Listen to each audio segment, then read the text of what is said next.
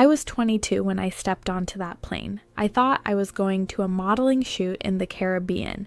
I didn't know I wouldn't see home for 4 days. My name is Sarah. In 2003, I was a catalog model in South Florida, nothing glamorous. Macy's circulars, department store ads, people flipped past without looking. I lived in a Fort Lauderdale studio, ate ramen 4 nights a week, took the bus to castings in Miami heat. But I wanted more. I wanted magazine covers and runways and a passport full of stamps. I wanted to believe my face could be my ticket out. That hunger made me easy prey. August in Florida is suffocating. I just finished a swimwear shoot, pulling jeans on in a cramped bathroom, when a woman approached me in the parking lot. Mid-40s, cream suit, diamond studs, catching the sun. Everything about her screamed money. She said she was a talent scout for an exclusive agency. Said there was an opportunity, a private resort shoot on a private island. 2 days, $5,000 cash. $5,000, 3 months of rent, proof I was going somewhere. She showed me photos on her phone, white stone terraces, turquoise water, the kind of luxury I'd only seen in magazines. She said they needed an answer today, that I had exactly the look they wanted. I said yes within the hour. I didn't ask why they'd found me in a parking lot instead of calling my agency. Didn't ask for a client name or contract. I called my roommate Jennifer, called my mom in Ohio, told them I'd finally landed something big. I packed swimsuits and sundresses and my best lingerie. Packed sunscreen and 3 pairs of sandals. I could feel it. My real life was finally starting. I didn't pack anything I'd actually need. The jet was smaller than I'd imagined. White with blue trim. Just me, the recruiter, and 2 pilots who never looked back. No other models. When I asked about it on the tarmac, she said they were coming on different flights. Staggered schedules made sense when she said it. Everything made sense when she said it. The flight was too quiet. The woman who'd been so charming during recruitment now sat across from me, magazine open, answering my questions in syllables. I watched Florida shrink beneath us through the oval window. My phone lost signal 30 minutes in. She said that was normal over water. Didn't look up when she said it.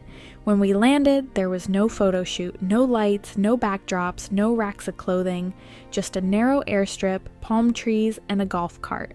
A man in linen stood beside it, 50s, expensive watch, sunglasses that reflected my face back at me. He didn't introduce himself. The recruiter grabbed her bag and climbed back onto the plane. The engines were still running. "Where are you going?" I asked. "You're in good hands," she said. The door sealed shut. That's when I knew. I asked about the shoot. He smiled and said we'd discuss it at the house. I asked about my return flight.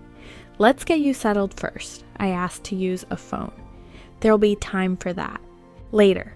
Every instinct screamed, run, but I could see water in every direction. The island was maybe a mile across. Manicured palms, flower beds, privacy. He loaded my suitcase and gestured to the golf cart. I got in. Where else could I go? The house looked ripped from Architectural Digest. White stone and floor-to-ceiling glass. Ocean views bleeding into minimalist rooms. Contemporary art on walls I was afraid to touch. Staff in white uniforms moved through hallways like ghosts. A housekeeper led me upstairs to a bedroom with pristine linens and fresh orchids. Told me to freshen up for dinner. Someone would collect me at 7. She left, closing the door softly. I tried the handle after she was gone. Unlocked. But I was surrounded by miles of ocean. 3 bars of cell service. I tried Jennifer, wouldn't connect. Tried my mom, nothing. Tried 911, just ringing into void. I texted Jennifer. Something's wrong. Never knew if it sent. I stood at the window staring at all that beautiful, impossible water, feeling the air conditioning raise goosebumps on my skin, tasting salt on my lips from the breeze.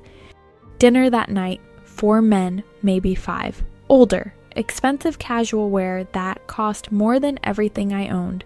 They talked about markets and politics and money in that abstract way very rich people do.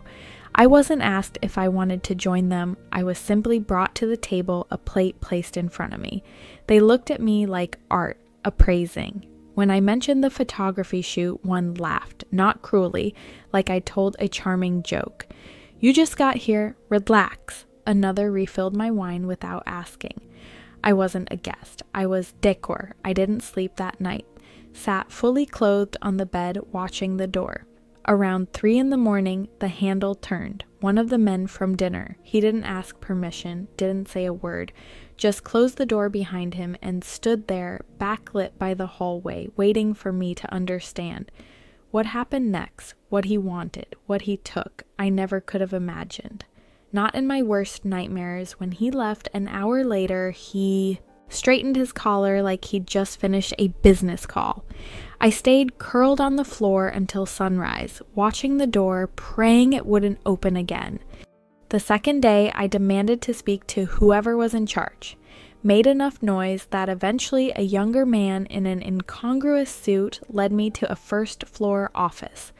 Dark wood, massive desk, paintings I recognized from college art history. An older man waited there, calm, smiling like we were old friends. "I was overreacting," he said. "This was a private gathering. I should feel honored. I was being compensated generously. I want to leave." "That can be arranged." He slid papers across the desk. "After we discuss a few things. A non-disclosure agreement, pages of legal language I couldn't parse." He said I'd already signed one, which was a lie. Said if I wanted to leave with my reputation intact, I'd sign this too. "And if I don't?" He leaned back in his leather chair, said he had photographs of me at the estate, with the men, at dinner, by the pool, in situations that could be interpreted certain ways. He turned his laptop screen toward me. I saw myself in that bedroom. Someone had been recording. The angle, the lighting, they'd planned it. Everything they needed to destroy me, right there in high definition. Said those images would reach my family, my agency, anyone who Googled my name. Said I'd come willingly, which was true. Said I'd accepted payment, which I couldn't disprove. Said no one would believe a catalog model from Florida over men with lawyers and reputations. "You seem smart, Sarah. Smart girls understand how the world works." My hand shook so hard I could barely hold the pen. The ink looked like blood against the white paper. Time stopped meaning anything after that. 3 days total, maybe 4. I was told when to appear for meals, told to dress nicely, told to smile, told which room to go to and when. I learned that compliance meant safety, that resistance meant reminders I was alone, that no one knew exactly where I was, that I'd come here willingly, that I'd sign papers. They never raised their voices. The threat lived in every polite smile, every door that locked from the outside, every mile of ocean. The third night was worse. A different man. He brought cable ties and said things I've spent 20 years trying to forget. He left marks where clothes would cover them, bruises shaped like fingerprints on my ribs, my thighs, places no one would see in a swimsuit ad. Proof that existed only for me.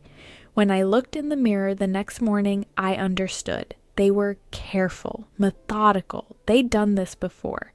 I started doubting my own memory, started thinking maybe I'd misunderstood something. That confusion was the point. The last night, someone knocked and told me to pack. No explanation. I threw everything into my suitcase, hands trembling. Before I could leave, a man I'd never seen appeared in the doorway. Tall, expressionless, blocking my exit. "You seem like a smart girl. Smart girls know some stories are too dangerous to tell. That accidents happen to people who talk too much, to people they love." He said my mother's address in Ohio, said Jennifer's full name, the coffee shop where she worked morning shifts, said them slow, like teaching a child a nursery rhyme. He stepped aside. I walked past him on legs that barely held me. Different plane back, different pilots. The recruiter was gone. Never saw her again, never learned her real name. When I landed in Fort Lauderdale, it was late afternoon, humid, traffic sounds, normal people living normal lives, like nothing had happened. Jennifer picked me up, asked about the shoot. Fine, I heard myself say. When I got home, I checked my bank account, $5,000, exactly as promised. That made it worse, like I'd participated, like I'd agreed, like I'd been paid for what they did to me in that bedroom. I showered for an hour and still felt dirty, scrubbed until my skin was raw, the bruises yellowed over the next 2 weeks. I wore long sleeves in August heat. I didn't tell anyone, not really, not for years. How do you explain that I was held on an island but never locked in a room? That I was violated in ways I'm still afraid to name? That I was threatened but the worst scars were ones no one could see?